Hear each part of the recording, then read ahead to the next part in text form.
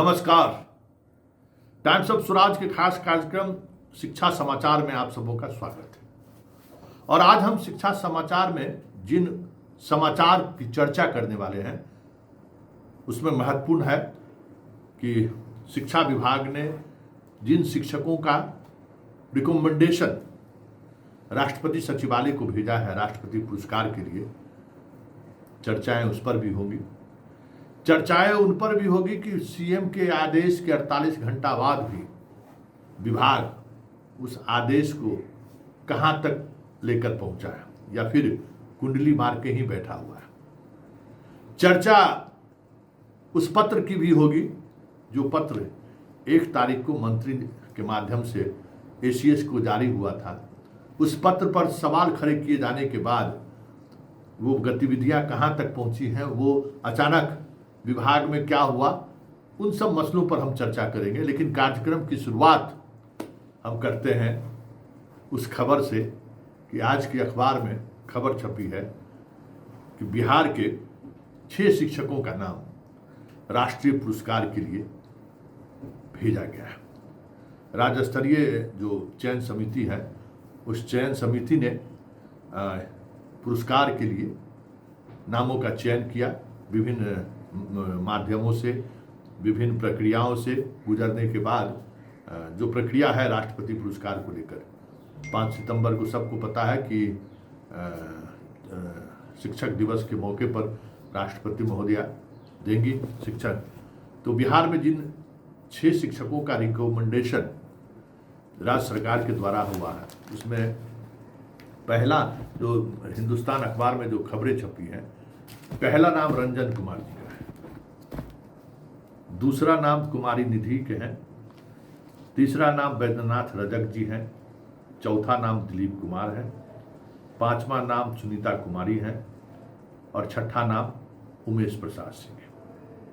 इसमें 4 ऐसे प्राचार्य हैं, मतलब प्राचार्य नहीं कहें, जो शिक्षक हैं, उनके कामकाज को मैंने बहुत ही करीब से देखा है।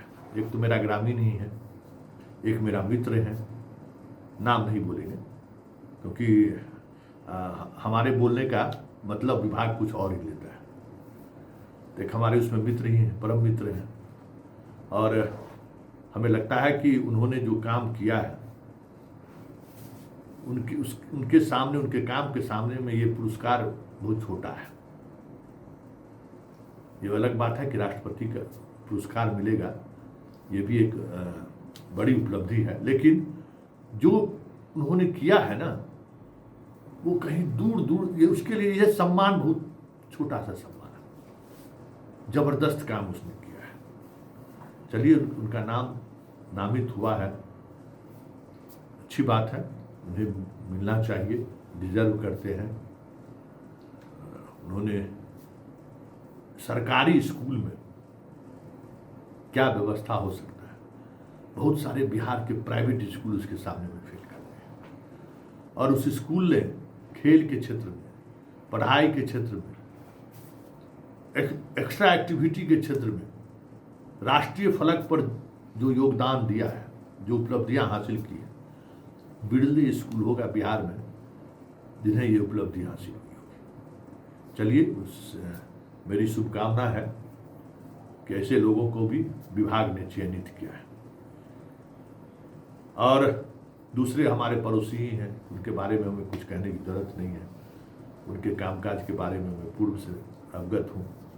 बाकी 2 और व्यक्ति हैं जिनके कामकाज को लेकर अक्सर ये पिछले 2 वर्षों के दौरान जो हमारी शिक्षकों के बीच जो एक रिश्ता, हमारे और शिक्षकों के बीच जो रिश्ता बना है, 2 शिक्षक ऐसे हैं जिनसे मतलब पिछले 2 वर्षों से जो शिक्षा जगत की खबरों को लेकर यदा कदा बात हो जाया करती है, लेकिन उनके कामकाज को कहीं ना परोक्ष या अपरोक्ष रूप से जानकारी मिलती रही।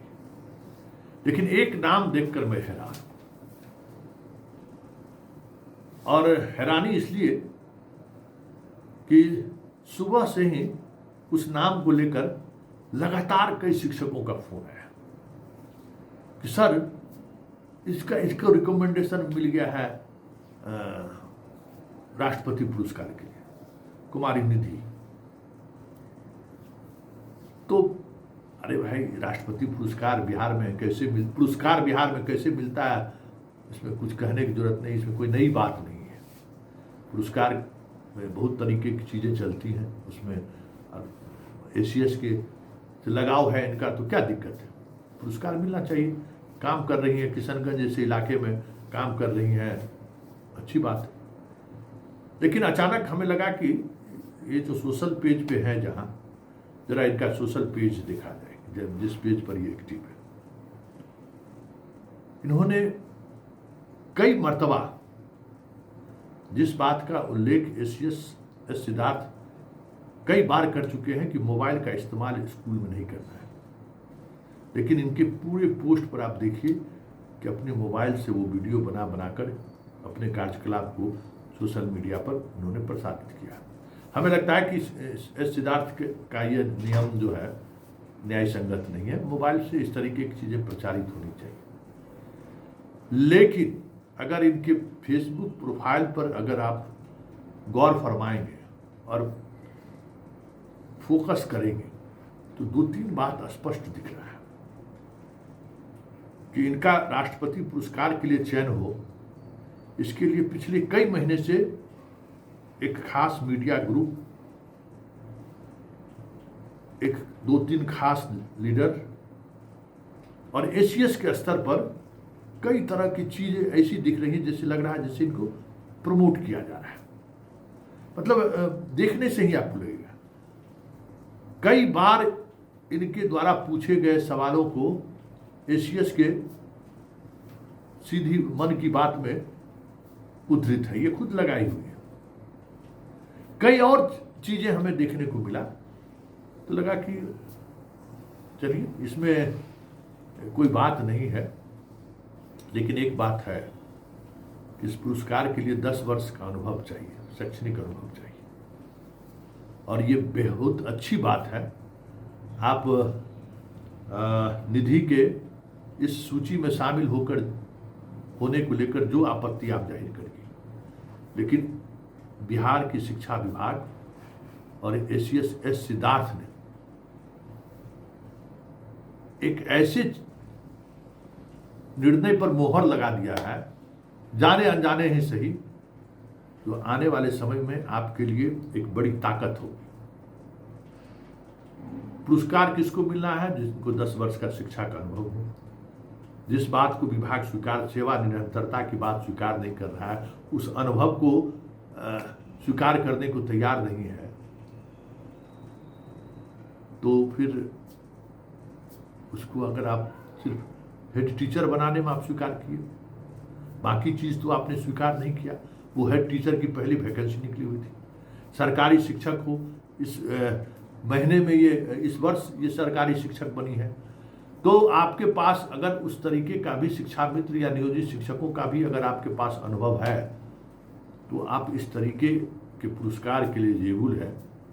ये मोहर तो विभाग ने लगा दिया है, ये आपके लिए अच्छी बात है।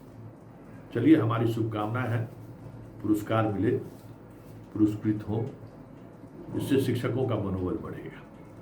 कैसे किसको क्या पुरस्कार मिल रहा है ये तो बात की बात है। ये चर्चा, हर पुरस्कार जिसका भी नाम नामित होता है ना, उसमें इस तरीके की चर्चाएं होती रहती हैं।